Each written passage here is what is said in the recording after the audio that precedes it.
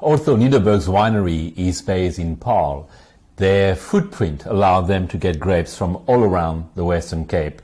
I don't think they've been further than that yet, but they really try, due to the size of the production they have to deliver around the world, they have to get the best of everywhere and make a consistent blend. And that's what they're doing in the Winemasters Cabernet Sauvignon series.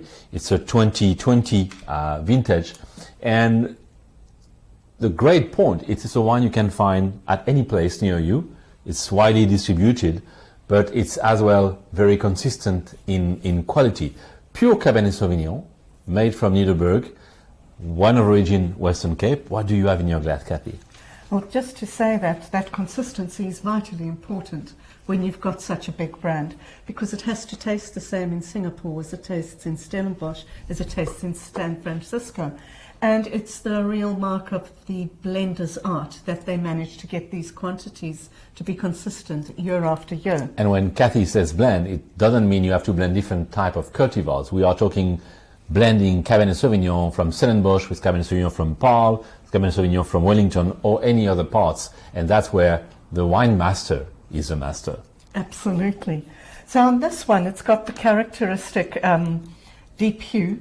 But again, it's not an over-extracted hue. The fruit hasn't been worked that much, that hard, to get all the colour out of it, and not to extract as many grape tannins, because I find this to be quite soft on the palate in terms of tannins.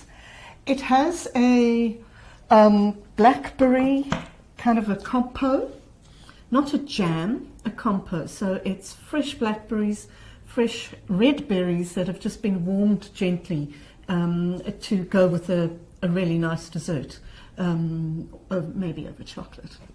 You never know. You know, my other sommelier, blending chocolate with anything dry and red is not something I would go for. But I understand where the mocha or some chocolatey cocoa flavors can come. They can come somewhere from on the side, yes. And then on the palate, the fruit on the palate is very fruit sweet. Plus there's a little hint of residual sugar there.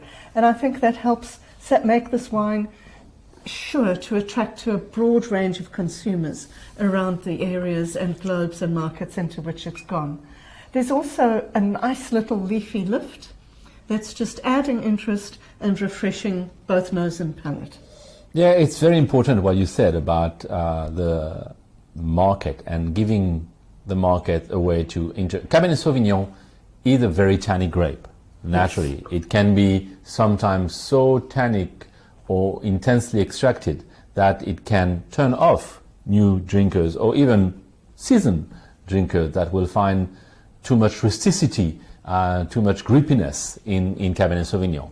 And I think on the Nederburg 2020 Cabernet Sauvignon from the Winemasters series, what's really interesting is the fruit ripeness and giving almost a slight fruit sweetness wraps around the natural grippiness of the Cabernet Sauvignon. Yes, it does. And yes, it can taste slightly sweetish, but it's mostly because fruit is ripe, it's perfectly ripe, and you need that to balance the wine, and that's all the talent of Nederburg's winemakers, to make it extremely palatable, like you say, from Singapore to San Francisco. So I think we should go and try to fly from Singapore and try wherever we find Nederburg to give a report on how the wine is perceived locally. Quality control. We should do that. I'll drink to that. Nederburg, the Winemasters Series 2020 Cabernet Sauvignon. Thank you.